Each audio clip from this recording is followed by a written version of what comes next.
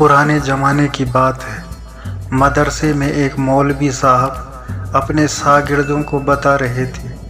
उन्होंने अपनी ज़िंदगी में बड़े बड़े काम किए हैं, यहाँ तक कि गधों को भी पढ़ा लिखा कर आदमी बनाया है। हमने जिनको आदमी बनाया वे आज इसी शहर में ऊंचे ओहदों पर हाकिम लगे हैं। इसलिए ध्यान से पढ़ोगे तो एक दिन तुम भी हाकिम बन जाओगे। उनकी यह बात एक धोबी ने सुन ली। वह मन ही मन बहुत प्रसन्न हुआ। अगले दिन चुपके से मौलवी साहब के पास आकर बोला, मेहरबान, आप बड़े काम के आदमी हैं।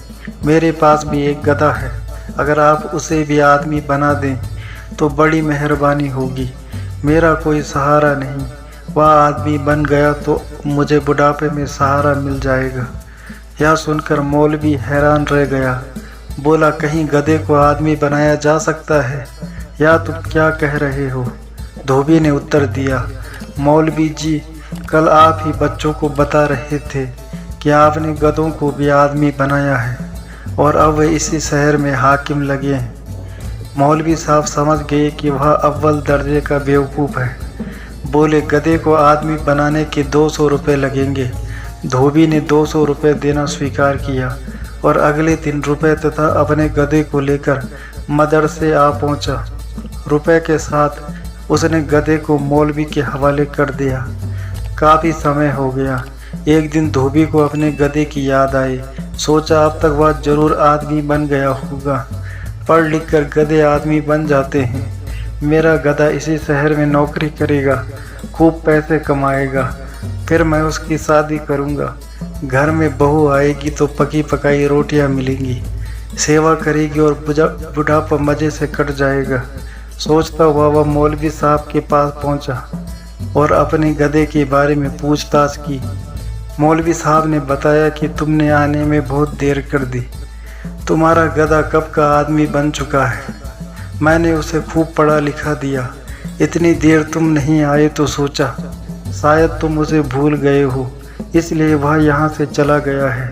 सुनते हैं इसी शहर में कोतवाल लगा है। अब तुम उससे मिलना चाहते हो तो सीधे कोतवाली चले जाओ, वह तुम्हें मिल जाएगा।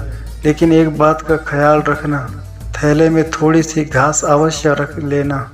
कहीं वह तुम्हें भूल गया हो तो घास देखकर उसे तुम्हारी याद आ जाएगी और वह तुम्हें पहचान लेगा।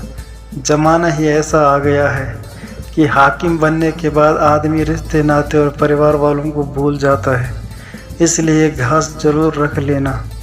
धोबी खुशी से उछल पड़ा, लौटकर घर आया और हरी मुलायम घास उखाड़ कर थैले में भर ली।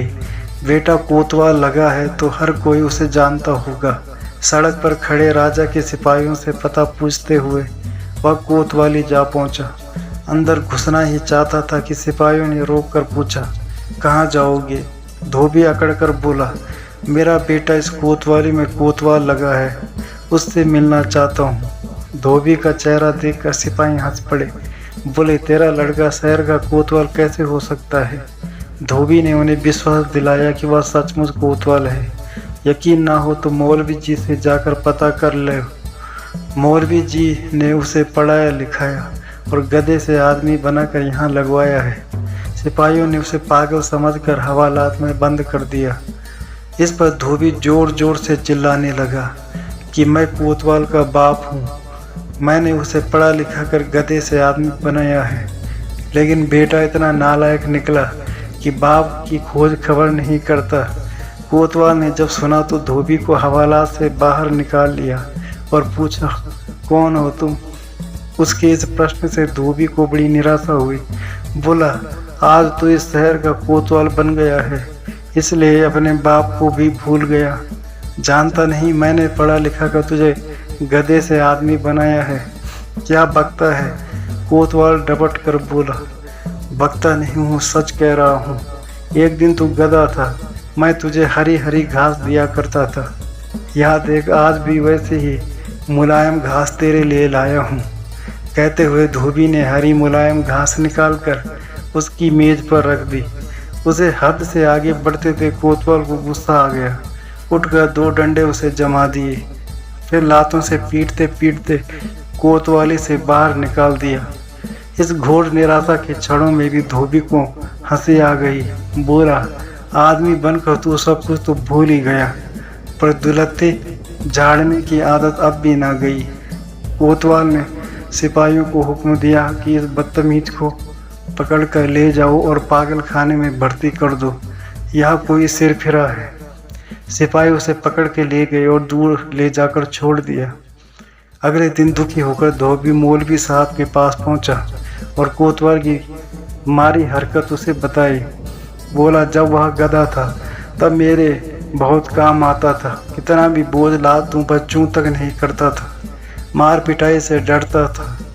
गधा रहते हुए उसने मुझे बहुत सुख दिया, किंतु अब आदमी बनकर वह मेरे काम का नहीं रह गया है। धोबी ने मौलवी साहब से विनती की कि उसे फिर से गधा बनाकर मुझे वापस कर दें तो बड़ी मेहरबानी होगी।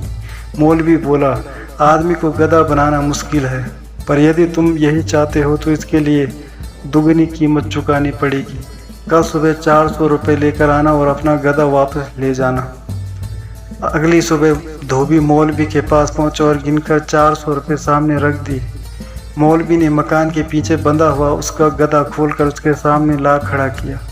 अपने गधे को पाकर धोबी ने उसकी पीठ पर प्यार से हाथ फेरते हुए कहा, बेटा, आदमी बनने से अच्छा है कि तुम गधे ही बने रहो।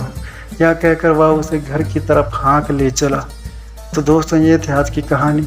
उम्मीद करता हूँ आपको कहानी पसंद आई होगी। अगर आपको कहानी पसंद आई हो तो चैनल को सब्सक्राइब करें और बेल आइकन को प्रेस करके ऑल पर भी क्लिक करें। धन्यवाद।